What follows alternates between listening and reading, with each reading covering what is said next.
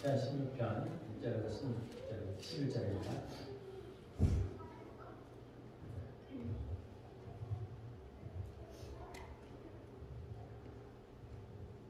하나님이여 나를 지켜주소서. 내가 주께 피하나이다. 내가 여호와께 아뢰되 주는 나의 주님이시오니 주밖에는 나의 복이 없다 하였나이다. 땅에 있는 성도들은 존귀한 자들이니 나의 모든 즐거움이 그들에게 있도다. 다른 신에게 예물을 드리는 자는 괴로움이 더할 것이라. 나는 그들이 드리는 피의 전제를 드리지 아니하며 내 입술로 그 이름도 부르지 아니하리로다. 여호와는 나의 산업과 나의 자네의 소득이시니 나의 분깃을 지키시나이다. 내게 줄로 지어진 구역은 아름다운 곳에 있으며 나의 기업이 실로 아름답다.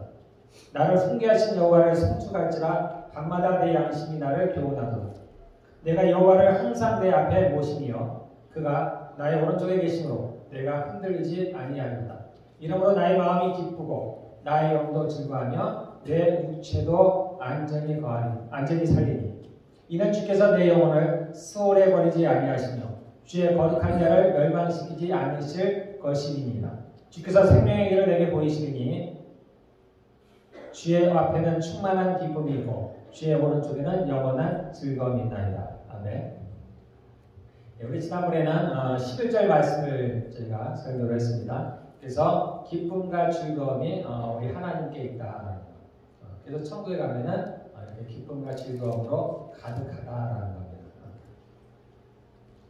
10절 말씀은 베드로하고 바울이 설교에 인용한 거예요. 이건 예수님에 관한 이야기입니다. 주께서 내 영혼을 수월해 버리지 아니하시고 주의 거룩한 자를 멸망시키지 않으실 것입니다. 즉 예수님의 부활을 예언해 놓은 겁니다. 9절에 보면 나의 마음이 기쁘고 나의 영도 즐거워하며 내 육체도 안전히 살리. 8절에 보면 나의 여호와 그가 내 오른쪽에 계심으로 내가 흔들리지 아니하노다. 그러므로 9절에 나의 마음과 영과 육체가 안전하다는 얘기입니다. 하나님께서 나의 우편에 계심으로 나를 지키심으로 말미암아 나의 혼과 영과 육체가 안전하다라는 겁니다. 오늘 우리 함께 나눌 말씀은 6절입니다. 내게 줄로 지어진 구역은 아름다운 곳에 있으며 나의 기업이 실로 아름답다. 그래서 내게 줄로 지어진 구역으로 우리 하나님의 말씀을 나눌 텐데요. 그 전에 제가 한 가지 드릴 말씀이 있습니다. 우리가 이제 몇 달 전에 제가 전쟁에 대해서 얘기를 했습니다. 우리 교회가 함께하는 그 전쟁에 대해서 제가 말씀을 드렸어요. 벌써 몇 달이 흘렀는지 모르겠습니다. 그래서 우리가 이제 진짜 싸움을 하게 됐는데 영적인 싸움을 하게 됐는데 우리는 작고 소수죠. 그러나 적은 대군이다. 그래서 이제 싸움을 시작하게 됐다고 얘기를 했습니다. 그래서 싸움의 전술이랄까 방법은 두세 사람이 짝을 지어서 하면은 우리가 이길 수 있다라고 이제 얘기를 했습니다. 그리고 이제 실제로 그러한 싸움들이 벌어졌어요. 개인적으로 가정마다. 그래서 우리가 치열한 싸움들을 겪어왔습니다. 그리고 이제 또 시간이 흘러서 적의 건물이죠. 적의 건물이 무너지는 것을 보였다 했습니다. 그래서 적의 건물이 무너지고 우상들이 무너지고 그러한 집들이 이렇게 무너지는 장면을 보여주셨다 했습니다. 아마 제가 얘기한 그 마지막인데 그때까지인데. 그래서 이제 우리가 이제 얼추 승리를 했구나, 이겼구나 라고 했는데 그래도 완전하지는 않았어요. 그래서 이게 끝인지 다 끝난 건지 어떤지 저는 이제 명확지 않았어요. 단지 이제 그런 모습들을 보여주셨기 때문에 이제 끝이 났구나. 적의 건물이 무너지고 본부 같은 거예요. 유엔 본부 같은 건데 옛날 성은 아니었고 그래서 이제 우리가 잘 싸웠구나, 무너뜨렸구나라는 생각만 했는데 그랬습니다. 그러다 이제 엊그제 며칠 전이죠. 이제 하나님께서 말씀하시되 우리가 이겼다 그랬습니다. 우리가 이기되 완전히 이겼다. 그래서 이것을 선포하라라고 말씀하셔서 제가 오늘 이 자리에서 선포를 합니다. 저희가 완전히 이겼습니다. 그냥 이긴 것도 아니고 완전히 이겼다. 그리고 하나도 잃어버리지 않았다라고 주께서 말씀을 하셨습니다. 네. 자, 우리 한번 박수 한번 합시다. 전쟁이 여호와께서 했습니다. 전쟁이 여호와께서. 전쟁은 여호와께서 했다. 주는 전쟁을 인하신 하나님이라 이렇게 말씀하십니다. 전쟁이 여호와께서 선택했다는 것은 우리가 함께 하지 못한다는 얘기가 아니고 우리와 관계없다는 얘기도 아니고요. 그 능력이 주께로부터 나온다는 겁니다. 싸우긴 우리를 통해서 싸우지만은 그 승리는 주께로부터 나온다는 겁니다. 그래서 우리의 싸우는 병기는 육신에 속한 것이 아니고 모든 이론을 파하고 하나님 향해 높아진 모든 것들을 무너뜨리고 그가 하나님의 강력 또는 하나님의 능력이라고 합니다. 우리의 병기가 하나님의 능력이라는 겁니다. 그래서 그분이 없이는 우리가 싸움을 이길 수가 없어요. 우리가 여러 가지 기도도 하고 여러 가지로 하지만은 그러나 그분의 능력이 있어야만 우리가 이길 수가 있습니다. 그래서 전쟁은 여호와께 속했다라고 합니다. 하나님께 감사를 드립니다. 네. 자, 우리 16편 6절 보면 내게 줄로 지어진 구역은 아름다운 곳에 있으며 나의 기업이 실로 아름답도다. 자, 그러면 여기에 내게 줄로 지어진 구역이 뭘까? 여러분들 감으로 좀 오시죠. 내게 줄로 지어진 구역. 그 다음에 뒤에 나오는 나의 기업이 실로 아름답도다. 내게 줄로 지어진 구역이 나의 기업입니다. 같은 말이에요. 그래서 내게 줄로 지어진 구역은 주께서 나에게 주신 기업인데 이것이 뭔가 하면은 주님께서 내게 주신 직분을 의미하는 직분, 내게 주신 직분 또는 내게 주신 사명 그리고 이것을 감당할 수 있도록 내게 주신 은사를 얘기합니다. 이게 하나님께서 내게 주신 줄로 지어진 구역입니다. 이 땅에서.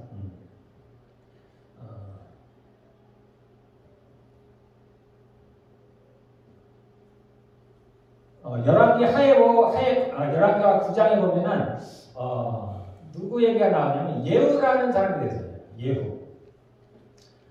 열왕기하 9장에 보면 예후라는 사람이 있는데 예후는 이스라엘의 왕입니다. 이스라엘의 왕. 예후가 왕이 되는 과정은 약간 특별해요. 어느 날 갑자기 하나님께서 예후에게 기름을 부었습니다. 예후는 그때까지는 뭐 하냐면 그냥 군대 장관이었어요. 아합을 모시던. 아합이 누군지 아시죠? 이스라엘의 가장 악한 왕. 그 안에 이세벨입니다. 그래서 우리가 음녀를 얘기하면 악한 여자를 얘기할 때는 이세벨이라고 얘기해요. 이 아합의 아내 이름이 이사벨이에요. 이때 활동하던 선지자가 엘리야죠. 그 다음에 나온 선지자가 엘리사입니다. 엘리사 때 이야기. 이미 아합은 죽었어요. 그러나 이세벨은 아직 죽지 않았습니다. 그의 아들들이 이제 그 아합을 이어서 왕위를 유지하고 있던 때예요. 이 예후라는 사람은 그 아합 때부터 그 왕을 쫓아서 군대를 이끌던 이제 장군이었어요. 그런데 어느 날 갑자기 하나님께서 엘리사를 통해서 이제 엘리사에게 명령을 하시는 겁니다. 선지자 중에 한 사람을 보내서 선지자 중에 그 청년들 중에 한 사람을 보내서 그 예후에게 가서 기름을 부으라는 거예요. 그리고 그를 이스라엘의 왕으로 삼으라는 겁니다. 평범하지 않은 이야기. 다 보면은 보통 그 아버지를 따라서 왕이 됩니다. 아니면은 구테타를 일으켜요. 반역을 합니다. 그래서 왕이 돼요. 그런데 이런 경우는 아직 드문 거예요. 하나님께서 그냥 어떤 사람을 택해서 그에게 갑자기 기름을 부었어요. 기름을 부은 그날 왕이 되어버렸습니다. 아주 특별한 일이에요. 저는 이 예후를 보면서 지금 이제 열왕기하 9장 10장에 거쳐서 이제 예후에 대한 이야기인데 저는 이 예후에 대한 이야기를 읽으면서 저는 굉장히 뭐랄까 좀 흥미가 있습니다. 굉장히 흥미진진해요. 왜냐하면 이 사람 자체가 하나님이 맡겨주신 그 사명을 감당하는데 거리낌이 없습니다. 그래서 이제 지금 어느 때 이 사람이 기름을 받냐면 이제 왕의 장관들이 전쟁통이에요. 지금은 그 전쟁통에 이제 모여서 함께 의논을 한다든가 어쨌든 그런 왕의 군대 장관들이 모여 있는 때예요. 그때 갑자기 어떤 한 청년이 들어옵니다. 엘리사가 보낸 선지자 중에 한 명인 청년이 들어와요. 그러면서 얘기하는 얘기가 그 예후를 찾는 거예요. 그러니까 누가 갑자기 여기 성경에 보면 미친놈 같은 거예요. 누가 갑자기 들어와서 기름을 얘기를 하고 싶다는 거예요. 그러니까 예후가 물어보죠. 누구에게 얘기를 하고 싶냐? 우리가 여러 지금 사람들이 많이 있는데 그 중에 누구에게 얘기를 하고 싶냐니까 당신한테 얘기를 하고 싶다는 거예요. 그러니까 예후도 감이 오겠죠. 뭔가 범상치 않은 거다. 평범하진 않나 보다. 그래서 그를 데리고 나갑니다. 그래서 다른 방으로 가요. 그러자 그 청년이 얘기합니다. 이스라엘 하나님께서 오늘 당신에게 기름을 부어서 이스라엘의 왕으로 삼았습니다 하고서 기름을 붓고 그는 썩은 살같이 도망쳐버립니다. 이제 예후가 기름 부음을 받았어요. 자기도 특별한 거예요. 이런 일이 벌어질 줄 몰랐습니다. 그리고 다시 이제 그 모임으로 돌아와요. 그러니까 다른 사람들이 보기에도 평범하지 않죠. 그러니까 도대체 그 청년이 그 미친놈이 와서 성경에 그대로 나와 있습니다. 미친놈이 와서 뭐라고 얘기를 했느냐. 그러니까 예후가 얘기를 이제 좀 있으면 그가 한 얘기가 어떤 거인지 너희가 알게 될 거다라고 합니다. 그러자 다른 사람들이 평범하지 않다는 걸 아니까 참지를 못합니다. 그게 무슨 말이냐. 지금 우리에게 그 얘기를 해라라고 얘기합니다. 그러니까 이 예후가 담대하게 얘기를 합니다. 그 시간에. 지금 이 청년이 와서 여호와께서 내게 기름을 부으사 이스라엘의 왕을 삼으셨다라고 여기서 사람들한테 얘기해요. 왕은 지금 다른 지역에 있습니다. 그러자 그 모든 사람들이 깜짝 놀랍니다. 그리고 자기의 겉옷을 벗어서 그 예후의 발 아래에 넣는 거예요. 복종입니다. 복종입니다. 그 예후를 왕으로 받아주겠다는 겁니다. 이제 바로 이제 예후가 이스라엘 왕이 됐어요.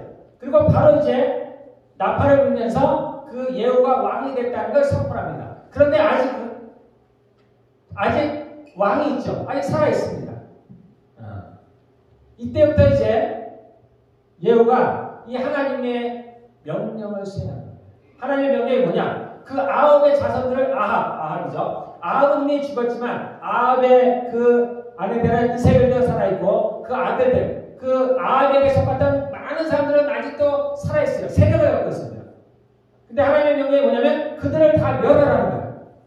한 사람도 남기지 말고 이 아합에게 속한 사람은 내 인자나 너 인자나 다 살려두지 말라라는 겁니다. 이게 예후에게 이제 기름을 부으면서 하나님께서 하신 명령, 사명을 줍니다.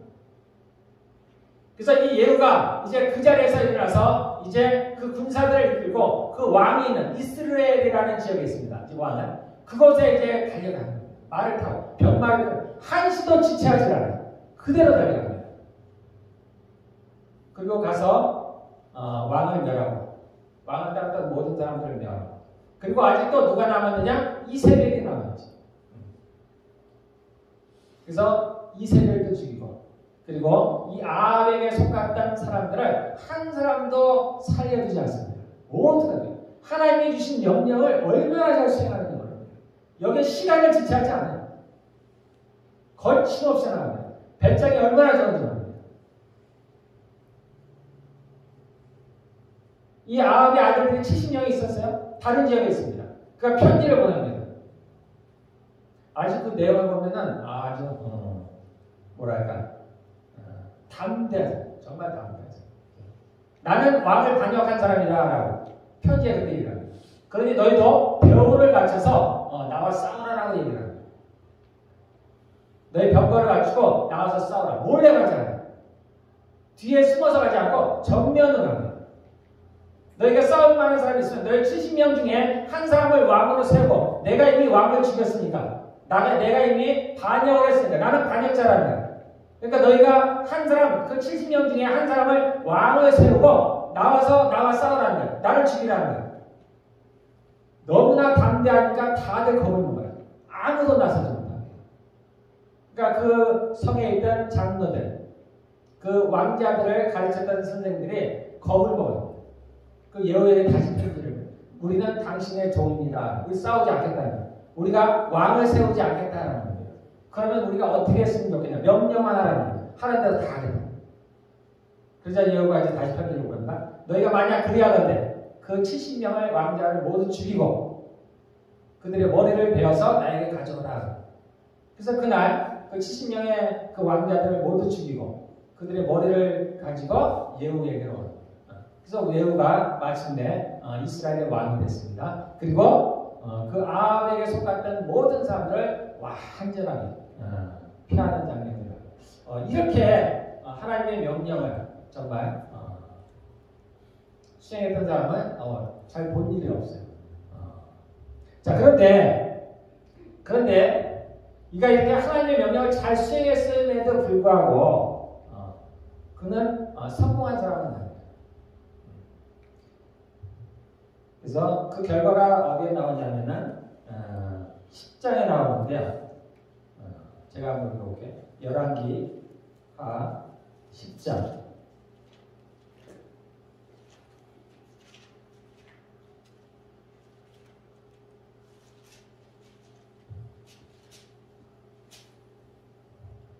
자, 30절 뭐라고 되었냐면 여호와께서 예후에게 이르시되 너가 나 보기에 정직한 일을 행하되 잘 행하여 내 마음에 있는 대로 아합 집에 다 행하였으며 너의 자손이 이스라엘 왕이 되어 4대를 지내리라. 이게 하나님이 그 예후가 하나님의 명령을 잘 수행했습니다. 그래서 보상으로 하나님께서 이에게 복을 주시는데 뭘 주시냐면 4대까지 이스라엘의 왕을 하겠다는 거예요. 그런데 4대에서 끝입니다. 더 할 수도 있잖아요. 왜 그러면 이가 실패했느냐? 31절에 그러나 예후가 전심으로 이스라엘 하나님 여호와의 율법을 지켜 행하지 아니하며 여로보암이 이스라엘에 범하게 한 그 지에서 떠나지 아니하였더라.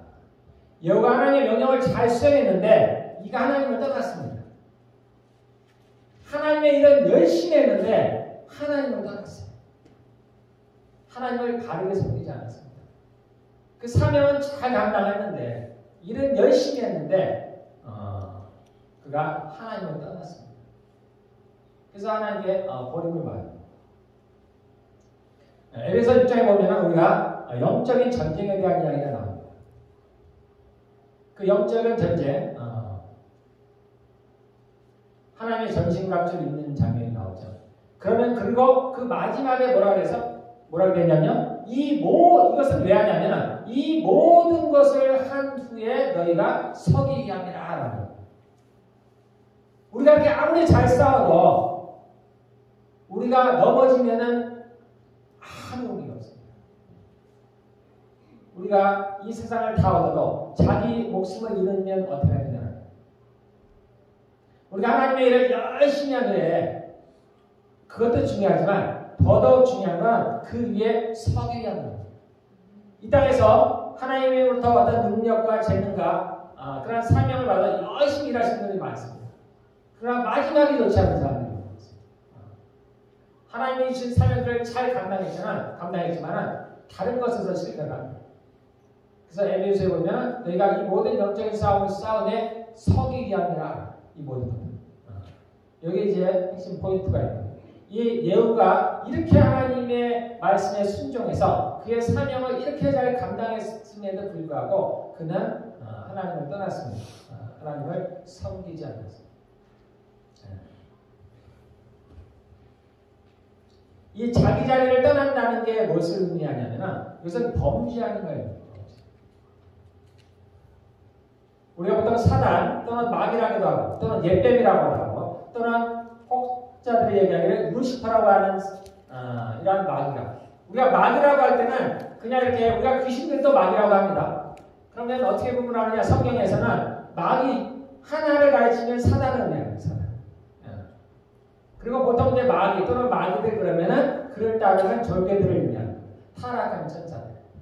그럼 이런 이제 사단이나 즉 마귀나 또는 마귀를 성경은 뭐라고 표현하냐면 이들이 자기의 지위와 처소에서 떠난 천사들이라 이렇게 얘기합니다. 하나님이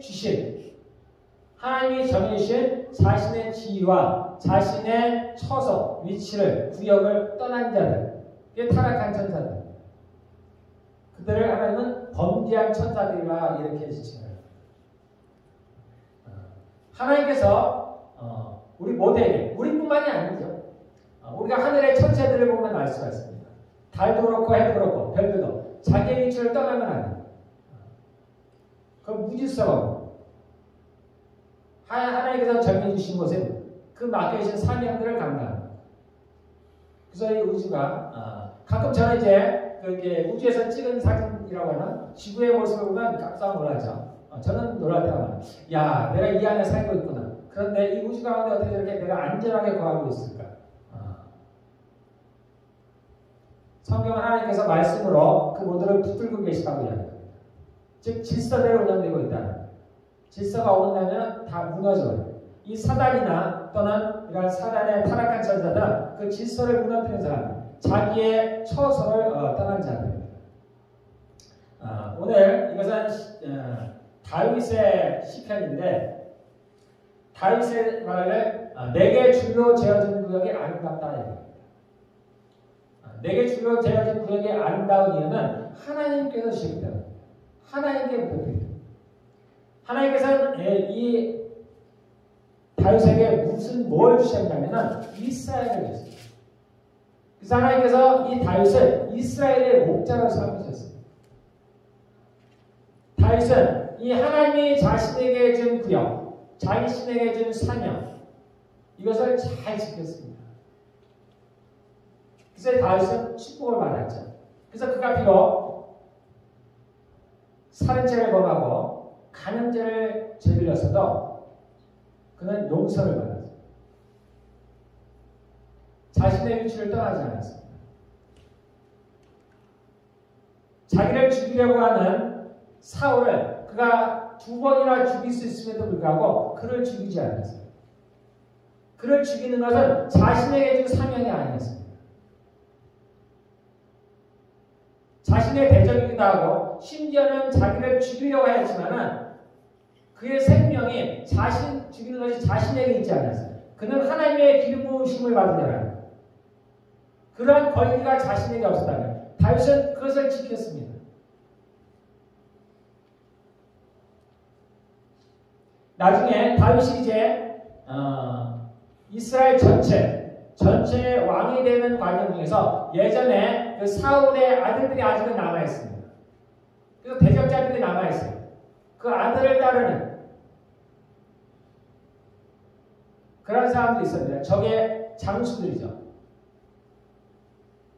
다윗의 분명히 적임에도 불구하고 다윗은 그들의 목숨을 빼앗지 않습니다. 그들도 모두 이스라엘에 속한 사람들. 다윗은 이런 것들을 아주 잘 지켰어요. 하나님께서 자신에게 준 것들이 무엇인지를 잘 알았습니다. 여기 성경에 나오더라도 줄로 재어진 거예요. 줄을 쳐진 것 같아요. 그래서 넘어가지 않아요. 다윗은 이것을 잘 지켰어요. 평생에 잘 지켰습니다. 그리고 그가 하나님을 잘 섬겼습니다. 그런데 다윗이 한 번 실수를 합니다. 어떤 실수를 하냐면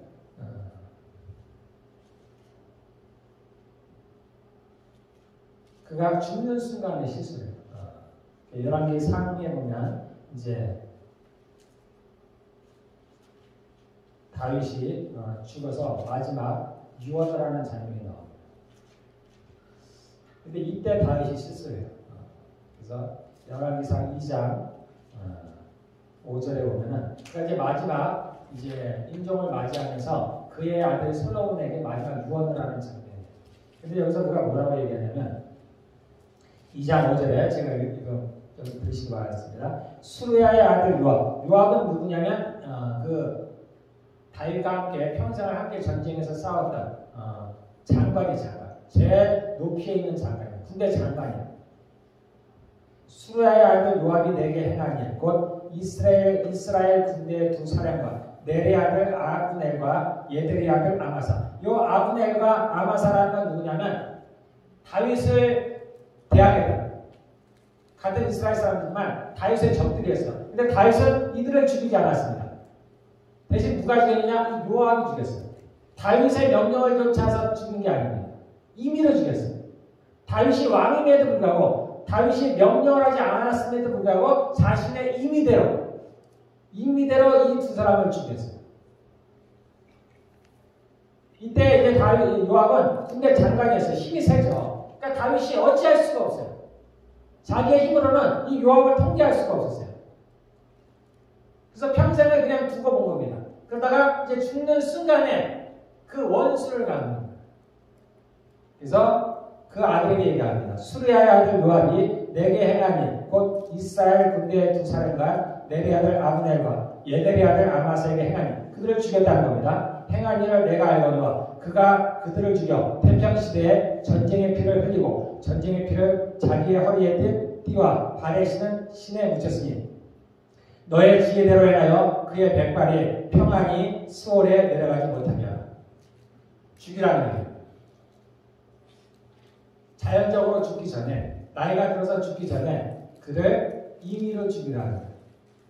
그래서 결국은 이 솔로몬이 그 아버지 그 다윗의 이론대로 요압을 죽이게 됩니다.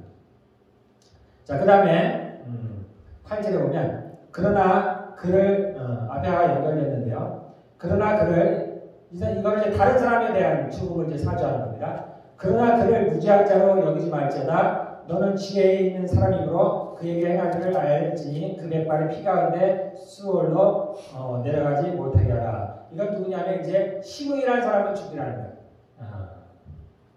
다윗이 그 아들 압살롬에게 쫓겨서 도망칠 때가 있었습니다.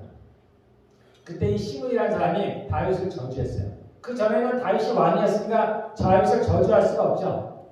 왕을 저주해서 살아남을 사람이 없으니까. 그런데 이때는 잠깐 그 아들 압살롬에게 쫓겨났어요. 그래서 왕궁을 떠나서 토라에게 떠나는 장면이에요. 이때 시므이라는 사람이 이 다윗을 저주하는. 근데 다윗이 죽이지 않았어요, 이 사람. 왜냐하면 사람들 앞에서 죽이지 않겠다고 약속을 했기 때문에 그러니까 죽이지 않았어요. 그런데 다윗이 이것을 마음에 품고 있었어요. 완전히 용서한 게 아니에요. 이 죽을 때쯤 돼서 다윗이 살인교사예요. 살인교사. 아들과 하여금 죽이라는 거예요. 다윗의 물론 이제 다윗이 바세바를 우리아 안에 바세바를 택해서 간음을 하고 그 남편 우리아를 죽이는 큰 죄를 범했음을 불구하고 이것은 그러나 모르고 범죄한 거예요. 정말 모르고 범죄. 그 사람이 저를 용서해 주셨습니다. 그런데 이거는 조금 다른 거예요. 이 죽으면서 이러한 유언인데 이것은 조금 다른 거예요. 이건 아주 악한 거예요. 그래서 생전에 다윗이 잘했는데 이 마지막 때 이 마지막 죽음을 맞이해서 이때 실수를 해요. 그래서 완전하지 않다. 사람은 완전하지 않다. 이렇게 그러면 이렇게 하나님의 사명을 즉 하나님이 주신 직분을 완벽하게 잘 이뤘던 분이 계신데 예수님입니다. 예수님께 주어진 사명이 뭐냐? 예수님께 주어진 구역이 뭐냐? 줄로 지어진 것이 뭐냐면 우리가 이사야에 찾아갔습니다. 자, 이사야 53장에 보면 예수님에 대한 이야기예요. 예수님이 태어나시기 700년 전에 이사야라는 사람이 예언하는데 이게 예수님의 사명이에요. 하나님 아버지께서 그 아들 예수님에게 주신 사명이에요. 이렇게 하라는 얘기입니다. 보세요. 영감을 듣고서 진짜 예수님이 이와 같이 했는지 여러분 한번 생각해 보시기 바랍니다. 그는 주 앞에서 자라나기를 그는 예수님이죠. 그는 주 앞에서 주 하나님 아니죠. 주 앞에서 자라나기를 연한 순 같고 마른 땅에서 나온 뿌리 같아서 고운 모양도 없고 풍채도 없은즉 우리가 보기에 흠모할 만한 아름다운 것이었더라. 그는 멸시를 받아 사람들에게 버림받았으며 간고를 많이 겪었으며 질고를 아는 자라. 마치 사람들이 그에게서 얼굴을 가리는 것 같이 멸시를 당하였고 우리도 그를 귀히 여기지 아니하였다. 그는 실과 우리의 질고를 지고 우리의 슬픔을 당하였거든 우리는 생각하기를 그는 징벌을 받아 하나님께 맞으며 고난을 당한다 하였노라. 그 다음 7절 그가 고독을 당하여 괴로울 때도 그의 입을 열지 아니하였으며 마치 도쌍으로 끌려가는 어린 양과 털 깎는 자 앞에서 잠잠한 양같이 그의 입을 열지 아니하였다. 예수님이 그래 하셨죠. 마귀에게 시험을 당할 때도 그대로 당했습니다. 본디오 빌라도에게서 신문을 당했을 때도 그대로 당했습니다. 그 로마 병정들 앞에 모욕을 당할 때도 그가 아무것도 하지 않았습니다. 빌라도가 몇 번이나 예수님께 물어봤죠. 내가 하나님의 아들이냐라고 몇 번 물어봤죠. 그러나 예수님이 말하지 않았습니다. 예수님이 할 수만 있으면 12영이나 되는 천사들을 불러서 그들을 다 멸할 수 있음에도 불구하고 예수님께서 그리하지 않았습니다. 하나님이 자신에게 준 사명을 그대로 감당하는 것으로 볼 수 있습니다. 그는 강포를 행하지 아니하였고 그의 입에 거짓이 없었으나 그의 무덤이 악인들과 함께 있었으며 그가 죽은 후에 부자와 함께 있었다. 예수님께서 우리와 같이 많은 시험을 당했지만 그는 죄를 짓지 않았습니다.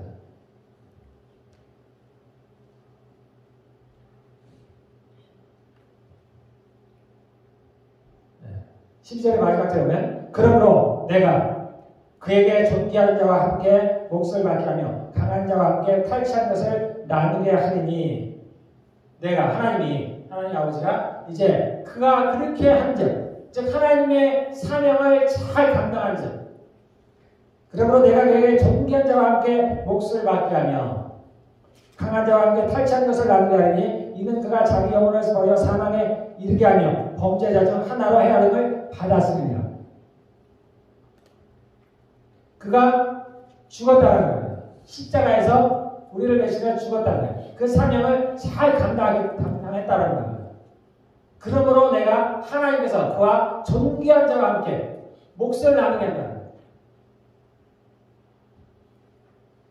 우리가 아는 대로 예수님께서 부활하시면서 말씀하시길 하늘과 땅의 권세를 다 내게 주셨으니 이렇습니다. 그러니까 예수님께서 완전하게 하나님께서 주신 사명을 잘 감당했습니다. 그 구역을 벗어나지 않았어요. 그는 능력이 있었음에도 힘이 있었음에도 불구하고 그것을 사용하지 않았습니다. 하나님께서 허락지 않은 거예요. 그러므로 하나님께서 그를 지극히 높여 모든 이름이 깨어나게 빌립보서 2장에 나온다. 하늘에 있는 이름과 땅에 있는 이름, 땅 아래에 있는 모든 이름들이 그의 이름 앞에 무릎을 꿇게 하시고 사도행전에 나온 대로 그를 그리스도와 주로 삼으셨다. 그 예수님이 하나님의 말씀에 온전히 순종했기 때문에 하나님께서 저를 높여서 이 땅의 왕으로 삼으신다. 이제 우리가 앞으로 살아갈 새하늘과 새 땅의 왕은 예수님입니다. 그럼 그분이 왜 예수님이 왕이 될 수 있었을까? 하나님이신가? 당연히 그렇지 않습니다. 그가 고난을 받았다는 겁니다. 그가 순종했다는 거예요. 죽기까지 순종했기 때문에 하나님께서 저를 높이셨다는 겁니다. 그래서 그를 우리의 왕으로 삼으셨다는 겁니다. 하나님께서 우리 모두에게 각자에게 주신 줄로 재어진 구역이 있습니다.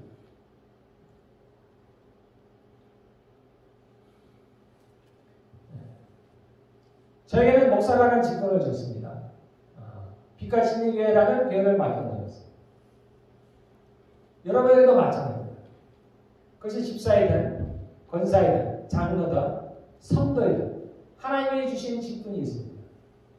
그에 따른 역할들이 있습니다. 하나님이 주신 사명들이 있습니다.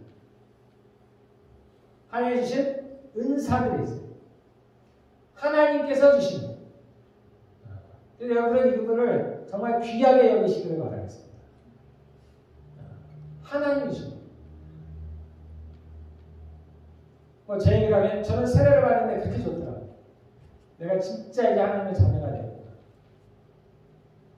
제가 집사 직분을 받는데 저는 그렇게 좋더라고요. 야, 하나님이 내게 집사의 직분을 주셨구나. 오늘 하나님이 저를 부르셔서 그분의 종으로 삼으실 때 저는 진짜 좋더라고요. 야, 내가 뭐라고 하나님이 나를 종으로 삼으셨구나.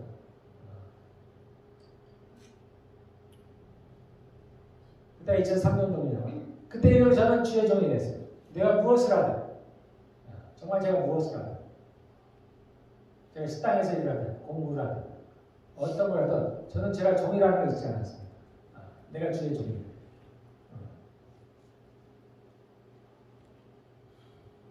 하나님은 자신을 존귀 여기는 자를 전대하십니다. 하나님을 귀히 여기는 자를 하나님은 귀히 여기십니다. 하나님은 그런 분입니다. 여러분들 하나님을 귀히 여깁니다. 어떻게 귀히 여길 수가 있어요? 그분이 내게 주신 직분을 귀히 여깁니다. 하나님이 내게 주신 사명을 귀하게 여깁니다. 여기도 나오죠? 내게 줄로 재어진 구역이 아름다운 곳에 있으며 내게 주신 기업이 아름답다. 이것이 왜 아름답습니까? 하나님께로부터 왔다. 오직 하나님께로 왔다.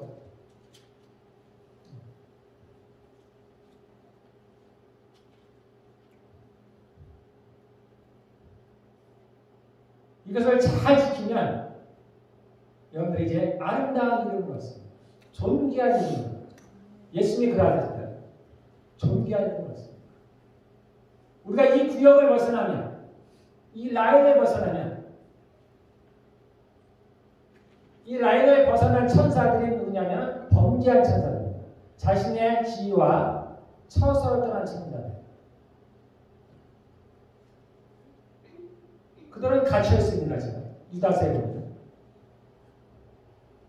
심판의 날까지 갇혀있습니다.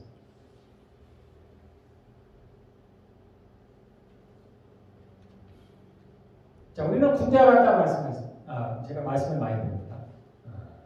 그래서 군대에서 중요한 건 질서예요, 질서. 내 자리를 지키는 겁니다. 저도 제 자리를 지키려고 많이 해요. 비록 프린스는 있지만 저는 제 자리를 지키려고 합니다. 여러분들이 볼 때는 제가 교회에서 하는 일이 없죠. 제가 볼 때 제가 하는 일이 없어요. 달랑 진짜 꼴랑. 수학교는 꼴랑 주일날 설교 한번 하는 뭐 시방도 안 하고 다른 목사들이 많이 하는 뭐 제자훈련이나 하든가 그런 것도 안 하고 뭐 아무것도 안 해요. 다른 얘기도 안 드리고 꼴랑 주일날 한 번 설교합니다. 그것도 제가 얼마나 힘겹게 하는지 모릅니다. 이게 저에게 맡기십니다.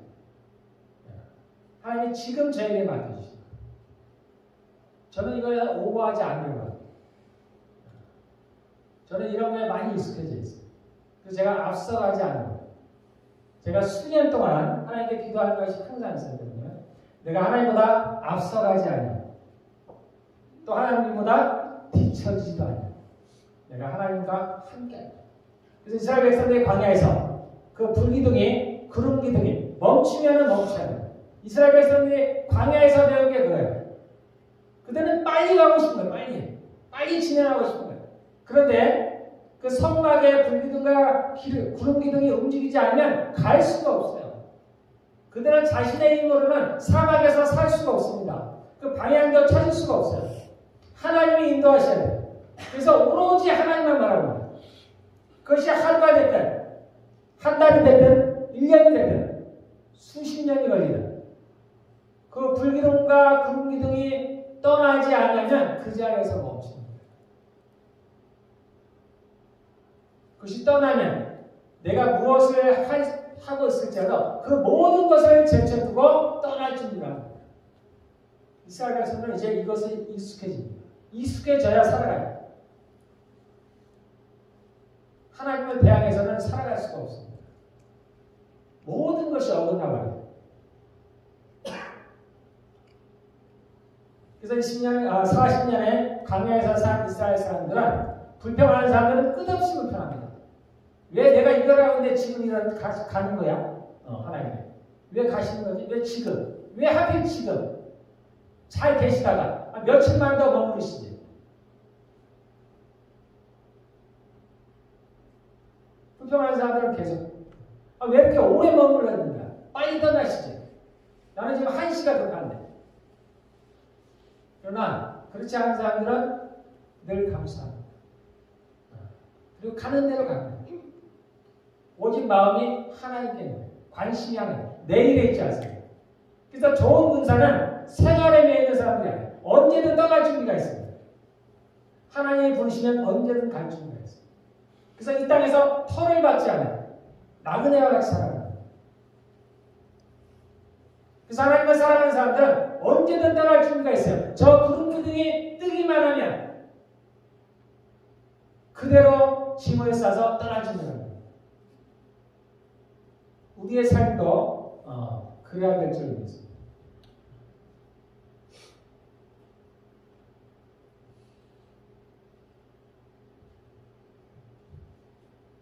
하나님 주신 주권이 대단치 않을 수 있습니다. 그 직분이 대단한 것은 그 직분을 주신 하나님이 대단하죠. 우리가 가정에서도 4개 주로 지어진 구역이 있습니다. 남편은 남편으로서. 남편에게 무슨 사명을 맡겼느냐? 가장의 사명을 맡겼어요. 그래서 하나님께서 아담을 창조하시고 그 하와를 만드시기 전에 아담에게 임무를 줬습니다. 어떤 임무냐? 우선 에덴 동산을 지키라는 겁니다. 뿐만 아니죠. 이제 머지않아 올 그의 아내를, 그의 가정을 지키라. 그래서 남자에게는 이러한 것이 있어요. 이러한 책임과 의미가 있어요. 가정을 지킬 책임과 의미가 있어요. 하나님께서 내게 주신, 남편에게 주신 사명입니다. 그래서 이 남편은 가정을 지켜야 돼요. 그리고 가정을 다스릴 수 있어요. 그러나 세상에서 얘기하는 방법하고는 다릅니다. 세상에서는 가정을 지키는 건 뭐예요? 돈을 잘 버는 거예요. 능력이 많은 거예요.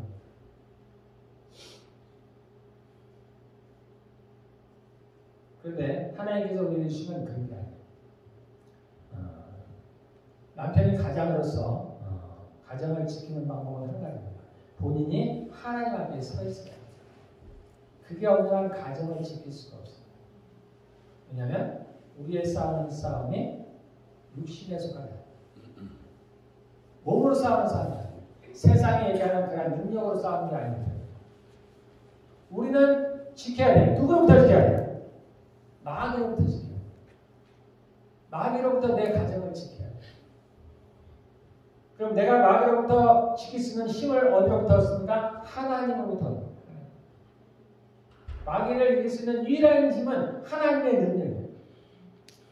그래서 내가 하나님 앞에 서 있지 않으면 가정을 지킬 수가 없어요. 저희 집에도 평화가 온 지 얼마 안 됩니다. 진짜 내가 가정을 지켜야 되겠다는 마음을 가지고 제가 기도하면서 이때 나간 게 오래되지 않았어요. 지금은 저희 가정에는 평화가 있어요. 왜냐하면 제가 지킬 마음이 있어요. 이제. 그 남편들은 자신의 가정을 지켜야 해요. 이게 하나님께서 우리에게 주어주신 거예요. 모든 남편들에게 주어요. 그래서 하나님 앞에 서야 해요. 자, 아내에게는 어떤 일? 우리가 다 하는 겁니다. 돕는 배필. 돕는 배필로서요. 사명을 줬어요. 요즘 시대는 마지막 때가 다가오죠. 마지막 때가 다가올수록 어떤 일을 벌이냐? 자기의 자리를 떠납니다. 남편이 가정을 지키지 않죠. 아내가 돕는 배필로서의 위치를 떠납니다. 그래서 남편과 동등하게 가요. 그래서 평등을 가지고 하나님은 그렇게 만드신 적이 없어요. 하나님은 다 다르게 만들었어요. 아내가 남편의 위치로 가려고 하는 순간 질서가 무너져요. 그 순간에 사단이 듭니다. 가정이 무너져요. 교회든 가정이든 어디든 마찬가지예요. 하나님께서 주신 질서가 있어요. 주신 위치가 있어요. 그것을 지켜야만 우리는 싸움을 하죠. 이 전쟁에서 승리할 수가 있는 거예요. 우리가 틈을 보이는 순간에 마귀는 그리로 침뱉어요. 마귀로 틈을 얻지 못하게 하라. 아주 작은 틈으로 마귀를 들어. 그래서 우는 사자와 같이 두루 삼킬 자를 잡니다. 그래서 뭘 찾고 있어요? 그 틈을 말합니다. 이 질서가 어긋난 것입니다. 자기의 처소를 떠난 누군가가 있습니다. 자신의 위치를 벗어난 누군가가 있습니다. 그래서 그 틈을 파고 들어옵니다. 이 부부에게 준 역할이 있어요. 그래서 자녀를 하나님의 말씀으로 잘 가르칩니다. 하나님의 자녀들 양육하요. 근데 뭘로 하냐면 하나님의 말씀으로 양육하요. 그 양육하는 과정 중에서 하나님께서 말씀하시길 자녀를 노엽게 하지 말라. 자녀를 가르치긴 가르치되 노엽게 하지 마라. 화나게 하지 마라. 그것이 자녀들에게 상처로 납니다. 자녀들에게는 부모에게 순종하는 부모의 가르침에 따르는 이게 하나님께서 각 가정에서 각자에게 해주신 교회도 마찬가지죠. 우리 교회도 그러한 역할들이 있습니다. 직분들이 있습니다. 우리에게 주신 사명들이 있고요. 우리에게 줄로 지어주신 그러한 일들이 있습니다. 그래서 하나님께서 인도자로 세운 분들이 있습니다. 그분들은 자신에게 주어진 것을 지키는 분들이 있습니다. 잘 지켜야 돼요. 남편이 가장으로서 가정을 지키던 내게 맡겨주신 것을 지켜야 돼요. 제가 계속 얘기했나? 우리는 전쟁 가운데. 그래서 내게 맡겨진 자들, 내게 주일학이면 주일학교, 또는 중고등학교 시험, 구역이면 구역. 잘 지켜야 됩니다. 그래서 저도 매일같이 기도합니다. 우리 교회 분들의 평안을 위해서 기도해요. 내게 맡겨주셨기 때문에.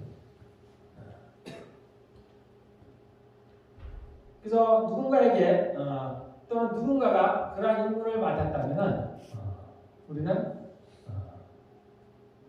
그걸 잘 지켜야 돼요. 내가 잘 지키기 위해서는 한 가지 방법뿐이 없어요. 하나님 앞에 내가 바로 서는 수밖에 없어요.